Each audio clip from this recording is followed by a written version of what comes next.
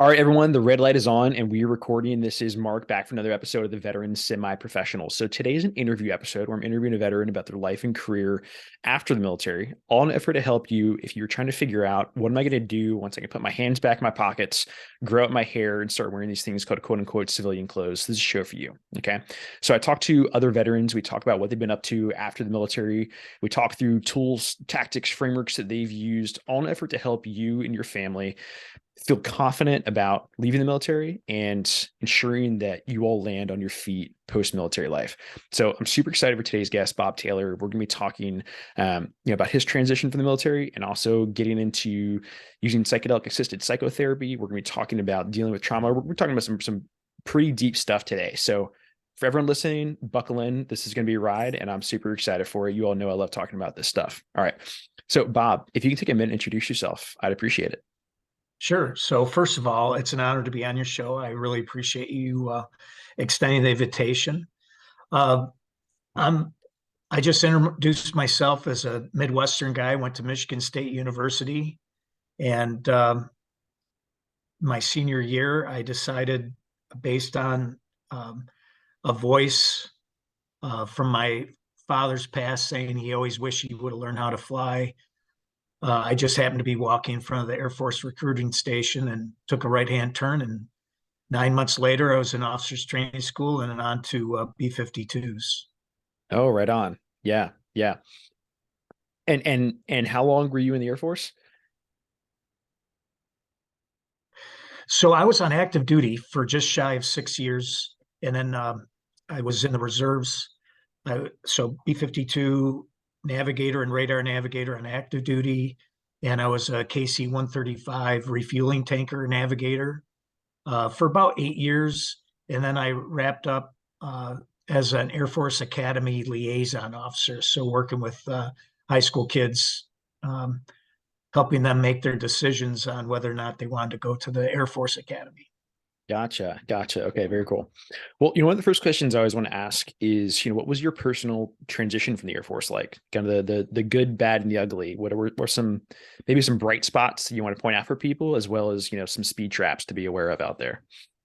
Sure. So for me, uh, right after Operation Desert Storm, there was this requirement or request from Congress to get a peace dividend, and so they did a reduction in force, and it didn't impact me personally, but I saw some of the best officers that I knew at the 15-year point in their career just being let go, and it really affected me. I did not want to put all my energy into an Air Force career and then just be told at 15 years in that we're done. And I didn't want to put my family into that. So I was extremely fortunate in that I decided to go out there. And my best friend from college, there was a medical device company in Kalamazoo, Michigan, that needed an engineer, and that was um, my particular study at Michigan State. So I was very fortunate to land on my feet once I left the Air Force. I would say that for me, while I was still on active duty, a few months after we returned from combat, I started having these hellacious nightmares, and I had no idea where they came from because I wasn't on the ground, I wasn't in any hand-to-hand combat, but these nightmares all involved this super violent stuff, bombs blowing up, hand-to-hand combat. I actually had nightmares of getting shot and feeling the blood flowing. It was just, and then 6 months later, they just stopped. Mm, Uh, but I knew that I still had some issues, but I thought I could handle them myself. yeah. And it actually took 16 years, and the nightmares came back. And I say they came back with a vengeance. And they were so bad, I was actually afraid to go to sleep. And so I started drinking a little bit to help me go to sleep. Started to drink a little bit more and a little bit more. And really, the drinking only helps you fall asleep. It doesn't help with anything else. And I Yeah. was actually getting less sleep. So on one hand, I was very fortunate with my job and career, but psychologically, I was dealing with depression, irritability, and nightmares. And at the 16-year point, I just threw my hands up and I said, I can't do this anymore. I can't do this on my own. And I ended up going to the VA. And this was back in 2012. And best decision that I made. It started to put very quickly, started to put the control of my life back in my own hands. Yeah, I think there's some really important things to touch on for the audience here. The first is that it's very easy on the outside to appear like everything's going well. Like someone was probably looking at you saying like, oh, he's, the family life seems to be doing okay. He's got a great career. Things are going well. Um, it's just so hard to know what's going on the inside of someone. And I You think, never know. yeah, I yeah, use my sense of humor to hide a lot, so people would have thought everything was, of course, except for my wife and my family, everyone else thought that everything was peachy keen. yeah, yeah. And I think like the other kind of important thing to bring up here is a narrative I sometimes see out there when it comes to post traumatic stress or dealing with combat experiences with people is, oh, I was an admin and clerk on a base in Afghanistan, or um, I was involved in like direct ground combat, and I'm having these experiences and a feeling of, I think sometimes when people can feel like guilty that they're feeling that, um, and it can also be this thought of, well, I don't deserve to go seek help because I wasn't that guy on the ground doing that thing. It doesn't matter what you did, you can still, you were adjacent to the fight in some way, even if you were just like in the vicinity, and just knowing that it's going on can travel with someone. And I just say that to say I don't like hearing that narrative from people. And I think it's okay to say whatever it is you're struggling with, that you need help. Yeah. Mark, the other thing is there's statistics. I don't know what it is, but a large number of uh, military people kind of bring with them the baggage from their childhood and life in general. And there's some scars and scrapes that we pick up along the way, and taking those in there with us, um, you can't hide that. Yeah. You know, when we go to boot camp or officers training school, they take us from what I call many to one. They take all of our backgrounds, everything, and they try and squish us into this one mission, one purpose. We get specialized training. We all have our own individual skill sets, but from a mission standpoint, we go from many to one. That doesn't mean that they squeeze out all the foibles that we have experienced in life, and they don't just go away because of our military experience. And sometimes that really strong focus on mission and purpose that we get in the military, that might help our issues kind of subside. But then when we get out and we don't have that real sense of purpose and the tribe that we kind of grew up with in the military, when we lose those things, then kind of all that stuff starts to open up, and we're faced with these challenges that we don't just naturally know how to deal with. Yeah. I'm really glad you brought up that point about um, pre-military baggage and experiences that can shape someone and how they're dealing with trauma. And this is something I has come up a couple of different times in the show, where very often I've heard through folks working through therapy, through psychedelics, psychotherapy, whatever it may be. On the surface, someone may look at it and say, "Oh, you were in intense combat in Helmand Province in Afghanistan, and that's what's causing your sleep problems and your depression, your anxiety, and everything." turns out actually, there's some maybe more root causes there of childhood trauma, of lack of love, whatever it may be. And it could even be that, like, those childhood experiences or those pre-existing experiences enabled you in the moment to deal with the intensity of combat and that experience. Um, and so, and survive that firefight in Fallujah or whatever that you were in. But it's still something you're bringing with you, and often like the combat experience can kind of cover over top of that, um, and ignore. Someone can not seek treatment, or someone else could look at it and say, well, that doesn't matter because you have this combat experience. So I'm glad you brought that point up, because I think it's a really overlooked aspect of the broader mental health issue for Yeah, men it in can particular. it can be overlooked in treatment too. Yeah, yeah. If your caregiver only focuses on the potential of combat trauma, they could be missing some of the tools and tricks that you need to succeed in life. So when you went to the VA, 16 years later, what was the environment like for you at that point? What was the conversation like for around, going to seek help? So for me, I'd gotten to the point where I'm turning my life over, right? Yeah. This wasn't just like, hey, I'm going to go check out some counseling.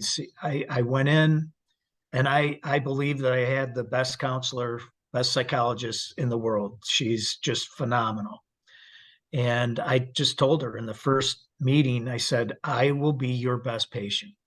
I will do everything that you ask me to, and I will do the work. Uh, and not very many people do that.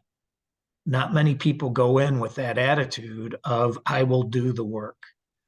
And I just, um, life was too painful uh, to be doing it the way that I was trying. And so I knew that I had to have someone else help me make these decisions. I will say that it was a little hard to get in. Uh, and that's one of the things I'm trying to explain to veterans is, okay, getting into the military wasn't just a piece of cake. The going through boot camp and going through specialized training and being in the military was not always easy. It was, there's times that were tough. My navigator training was tough work, Yeah. long days. And so when we get out, we can't expect everything to be easy. So we can't, if the VA is hard, we got to suck it up, and we got to do the work and fight for ourselves to to get in, to see the people, and to understand that if we don't get someone that's super sharp the first time, we don't have to stick with that person. We can talk to someone else that we might feel more comfortable with. So that's just my message to veterans is, look, it wasn't easy in the military. It's not going to be necessarily easy when we get out, but it's worth the fight. It's worth the effort, and good things can happen. Yeah. There two things I'll say. One, my experiences of the VA has been, usually once you get to a once you actually get to a care provider, I've been blown away at them. They're amazing. Usually you have to fight through a couple layers of bureaucracy, the initial Yep. administrators, or, receptionist, whoever it is. But like once you get to a care provider, I've been very, very impressed by the type of people they have. Okay. So I'll say that. And I think you're spot on of, like, we have to be our own best advocate. When your time in uniform, your unit doctor was your unit doctor. Like, that's who you saw. You probably didn't have too much of an ability to pick and choose care providers and, oh, say, I really want to go see this person or that person. But guess what? Now you do. And if someone's not working for you, that therapist, that psychologist, like, they also want to see results, right? And if you're not getting the most out of them, like, they also want to know that, and maybe they can help you find Yep. someone better. um and I've the had I've had both. I've had, my initial psychologist was a rock star. I moved out of the area and went to someone else that I didn't feel was a rock star. And I actually went back. And now that we're doing things virtually, you can see someone almost anywhere. yeah. So it really, you have to be your own best advocate. And the other thing is, for the spouses and family members, help your veteran be a stronger advocate. Yeah. And I appreciated the comment earlier too about therapy and counseling is not just a, 1 hour once a week thing. Like there's work that comes with it. And it's not just, showing up talking to someone for an hour. It's there's follow on, there's prep work, and like you have to take ownership of the process. I had a previous guest on the show, Nick Iggy, and we talked about his experiences, with psychedelics and how it helped him with some combat trauma. And he went on a weekend long ayahuasca experience in South America, came back and was feeling fantastic. It was just felt like a whole new person. And he called one of his mentors who kind of, pushed him into going that route. And he was like, cool, man, that's great. I'm glad you're feeling good right now, but now the real work begins. And it's not a one shot and done thing. This is a practice you have to maintain over the course of your life, to be, where you want to be. And so results, I think back, I got a great chance to meet this general who passed away a couple of years ago. Tremendous individual. He was a Nazi camp survivor. He was one of the first special forces officer, crazy guy. And so just ton of life wisdom. And he said something that just sticks with me all the time. It's that life is simple. It's just hard. And a lot of times, like, we know what we need to do. It's just the doing of it that starts to happen. That's really good advice. Yeah. Yeah. I think of that one a lot because, like, we know whether it's just, what am I going to eat for breakfast this morning? You're looking at, the bowl of sugary cereal or the bowl of fruit. And you're like, I know which one I'm supposed to choose. Right. It's a simple choice. It's just that can be hard sometimes. Okay. So yeah, I appreciate that comment on the ownership of the journey and the willingness to want to bring a work ethic into seeking help for yourself. Yeah. So we were talking before the show, and you recently, a couple months ago, started a new process. When did the idea of psychedelics come onto the spot for you? So my son inspires me. He's a very thoughtful, uh, mindful person, and he started doing research. He knew my struggles. I've taken SSRIs, Cymbalta, Zoloft, those kinds of things for 12 years. And, there's benefits, but there's also some side effects that, with intimacy um, and just with the sharpness of your mind Yeah. and things like that. And I don't think I was getting all the way to the point where I wanted to be. I still was not living my best life.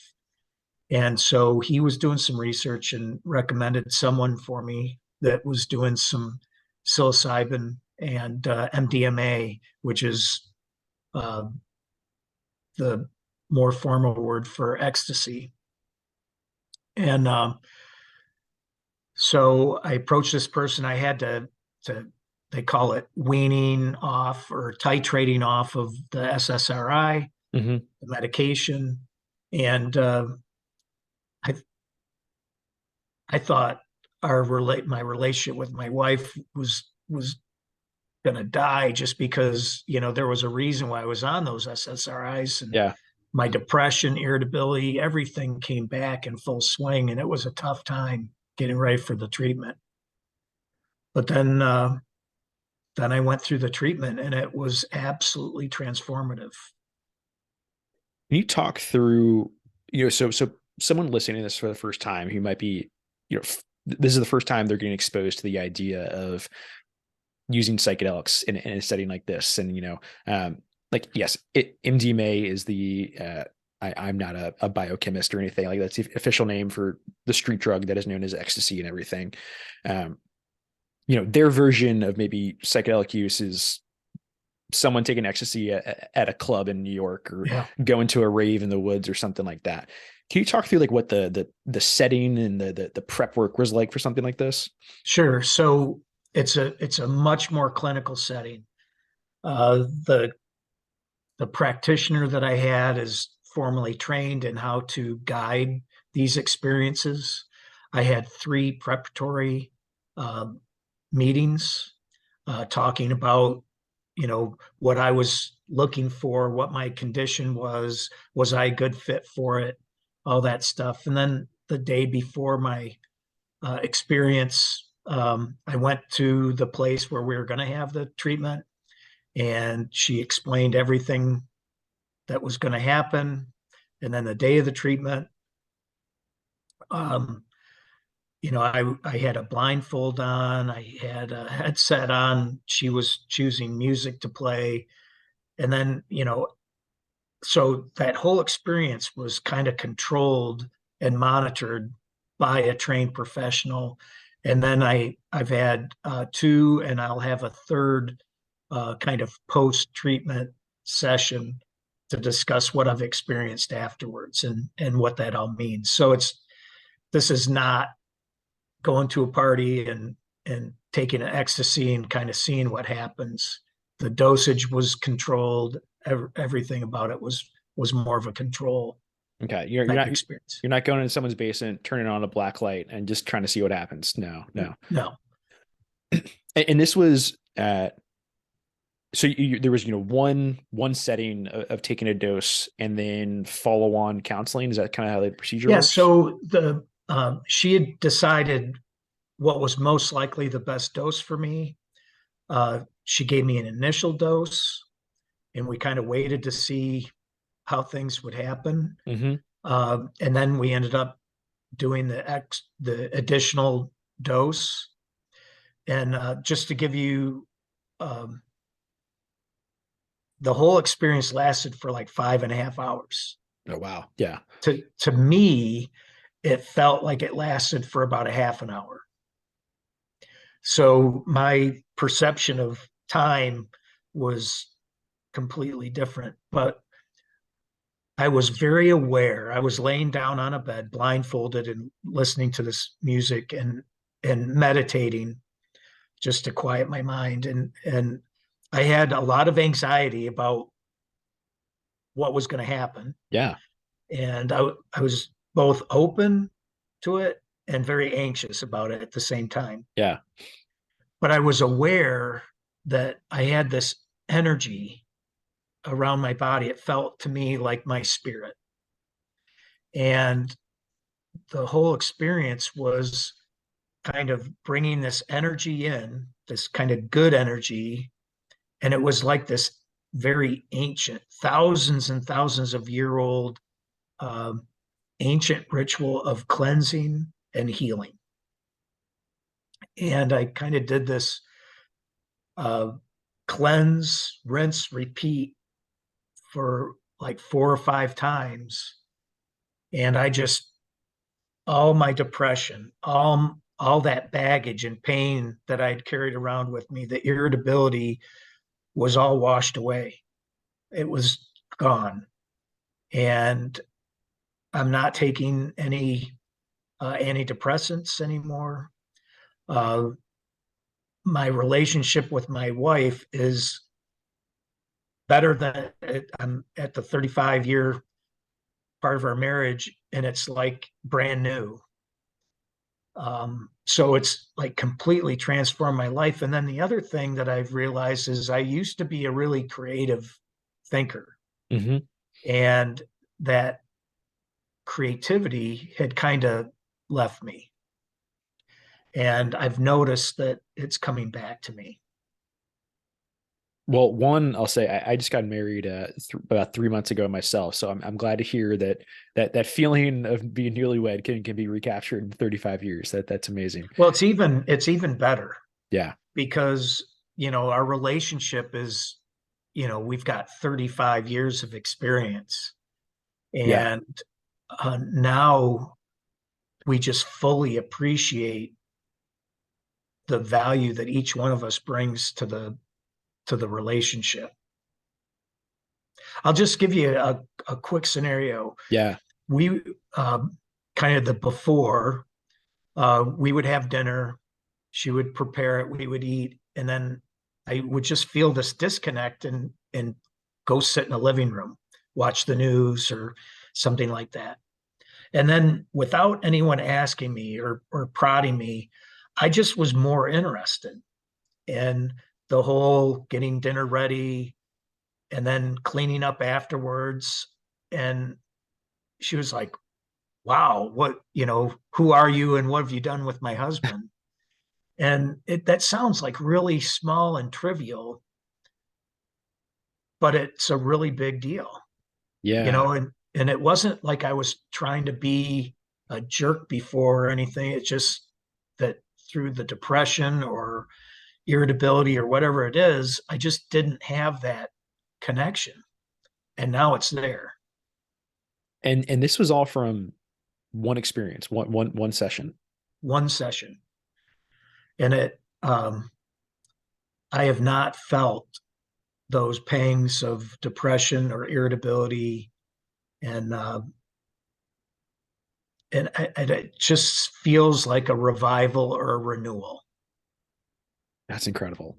I had one of the very first episodes I did was with Jesse Gould from the Heroic Hearts Project, great organization that raises money to help veterans access psychotherapy. And they were doing, they had this former Marine Raider who'd seen a lot of combat overseas go through one of the therapy sessions. And before he'd been very disconnected from his family, lots of struggles with sleep, lots of struggles with depression, anxiety, alcohol, all the big things. And so they were calling him a couple of weeks or so after the session just to check in. And I think his daughter answered the phone, and she said, "Thank you for giving me my dad back." And it was that kind of like night and day experience just from, I think it might have been like 2 or 3 sessions, but it was like compacted into like a weekend or a week or something like that. But from like one, very intense burst of experience, that big of a change happened to someone who I think had also probably been on SSRIs for, a decade or so, something like that. It's just amazing to me that like that kind of transformed experience can happen in such a, compact period of time. It's I talk in my book From Service to Success about the need for self-forgiveness. Mm-hmm.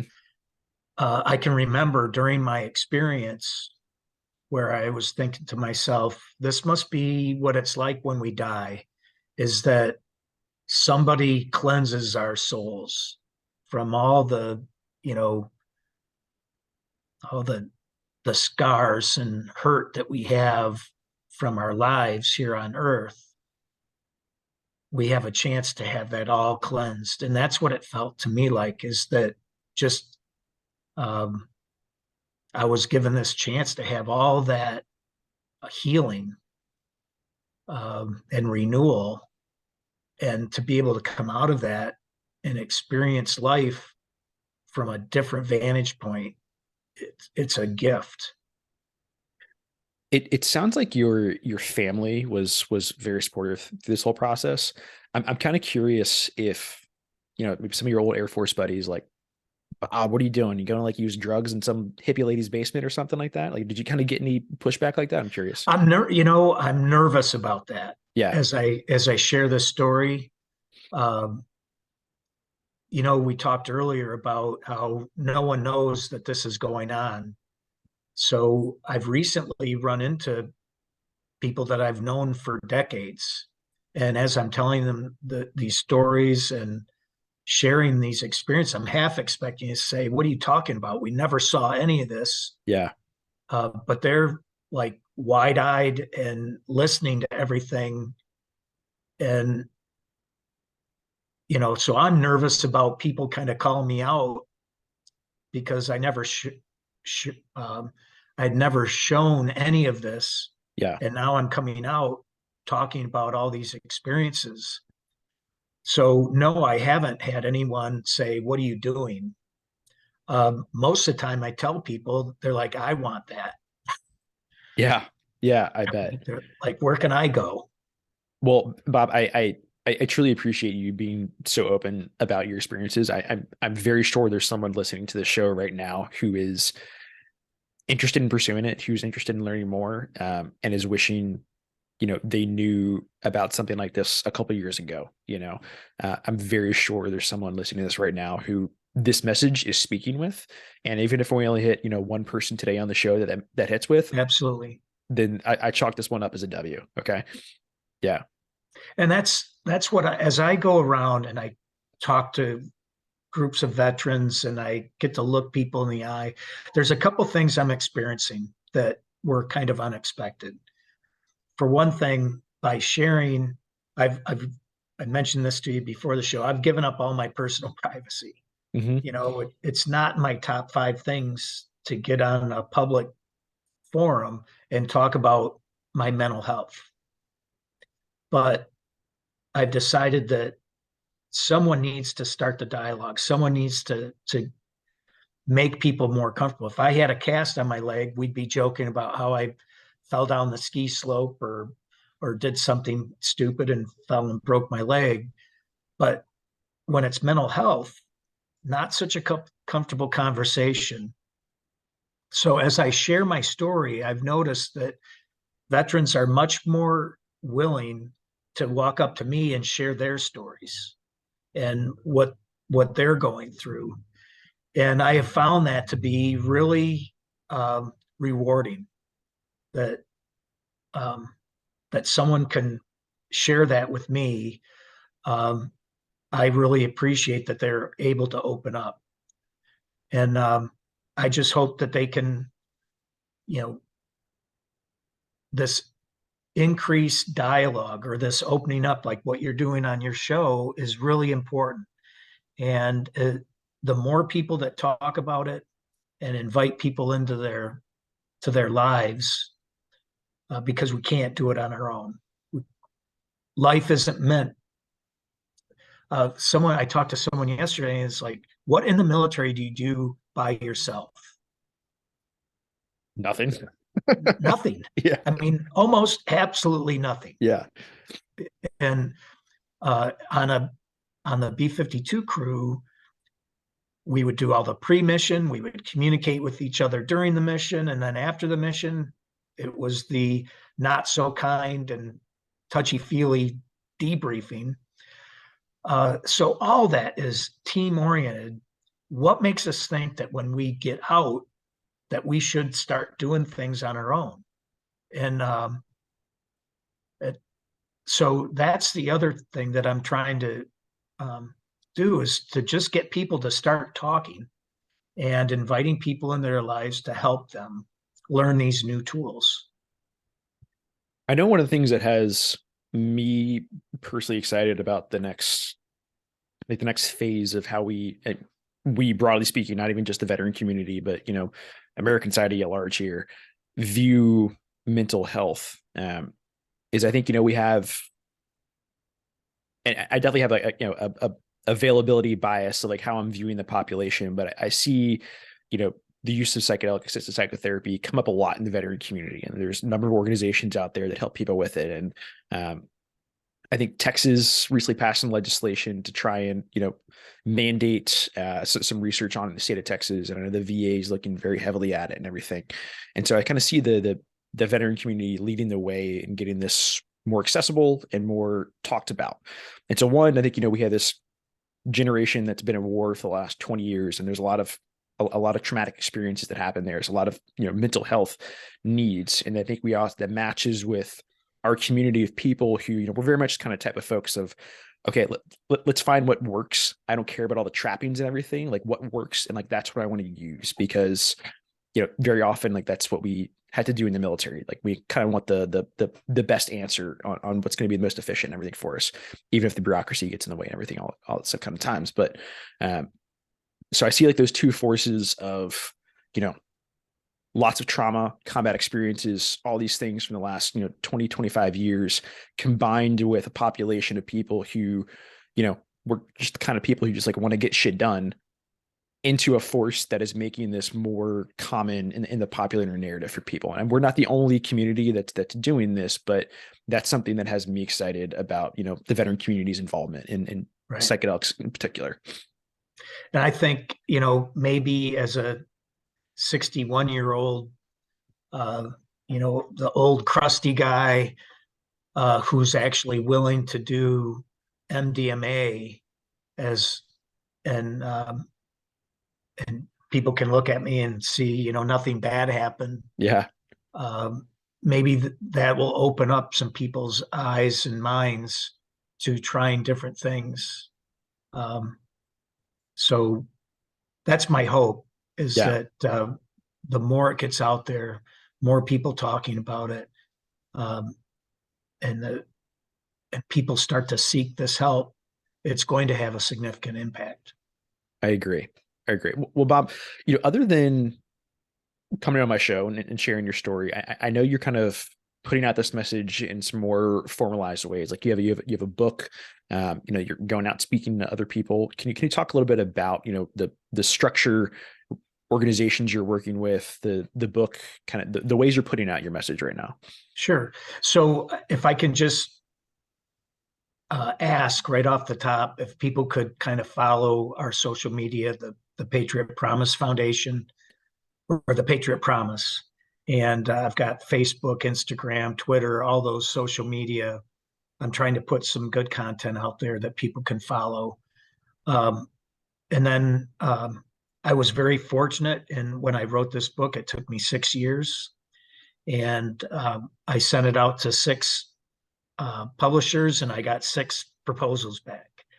Wow, Um, 6 for 6. so Yeah, yeah, so it was what it doesn't necessarily say that it's a great book, but it says sure. Yeah, it's a needed message, right? yeah, It's something that they felt that needed to be done. So the book is coming out May 2nd, and um, I'm just using that as a platform. The purpose of the book is to really kind of to lay out a roadmap of the new tools that veterans need to use. What I say is, if I were to go to a carpenter and say, "Here's a hammer, screwdriver, and saw," they would know exactly what to do with those, right. right? When you're in the military, the tools that you use are discipline, training, and practice. What or some combination of that, right? Right, There's right. basic tools that we use, and we use them to perfection to be really good at what we do. Well, when we get out of the military, the tools are different. There's things like gratitude, self forgiveness, paradigms. Who's going to teach us how to use those? They're just as important as any of those other tools, but people have to start practicing gratitude so that they can open their mind to the positive things that can guide their lives afterwards. They have to learn about self forgiveness so that they don't pummel themselves into the dirt over things that they shouldn't be holding on to. So I'm just that's what I'm trying to do is with this book, create a roadmap, and then through my speaking engagements, try and help people come up with new things, and then just hopefully the dialogue helps bring veterans into a better place. Yeah. Bob, I don't know if you have a gratitude practice that you use or anything. I know something that my wife and I try and do together is we don't do it every single night, but most nights we shoot to do like while we're eating dinner together, we try and say, three things we're grateful for from that day.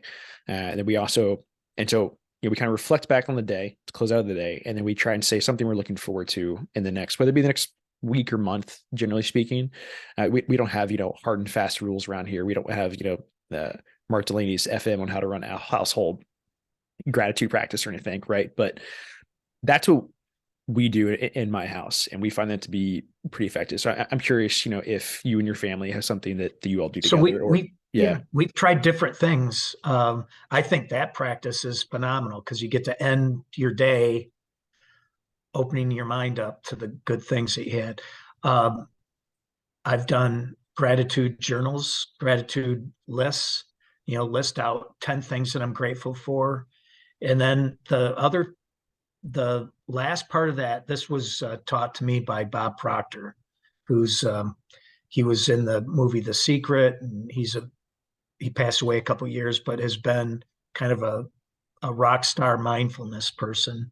His practice was to create a list of 10 things that you're grateful for, and then send somebody that you're struggling with love. Mm, And that's the tougher part, yeah. right?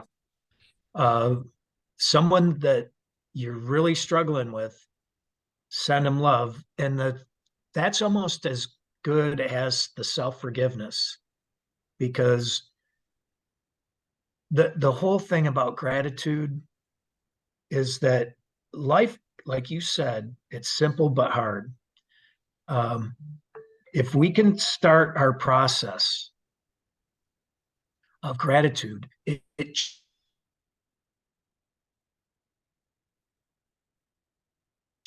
and focusing on those to things in life that are pretty good, that we're happy about, and all of a sudden we start to attract into our lives better things. We start to become aware of things that we can be grateful for. It's just an amazing process.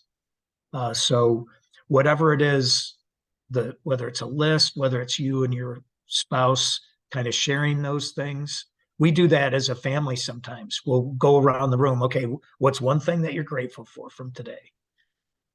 And sometimes we'll just laugh and say, "Come on, you can do a little bit better than that." Uh-huh. Yeah.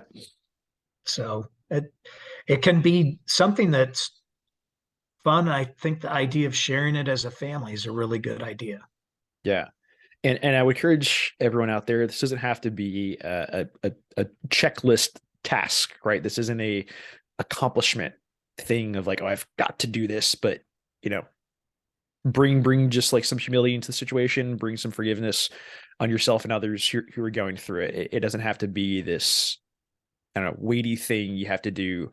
Some days it can be very lighthearted. Other days can maybe be a little more serious. Okay. So, that's how we try and approach it. At least we definitely don't have it. We're not experts on this by any means, but that's kind of what we And you found don't throughout. have to be. Yeah. Yeah. You don't have to. I mean, it's just start, Yeah. do Yeah. something. Yeah. Yeah. Well, Bob, we're winding down to the last few minutes here, and I really appreciate your time today. Um, so in a minute, I want to pass back over to you, just providing kind of like last thoughts, parting shots, words of wisdom to the crowd as they're thinking about post-military life here. But before I do, there's a question I always ask my guests at the end of the show. If you can think back to your time in the Air Force, what was the best and or worst chow hall you ever went to?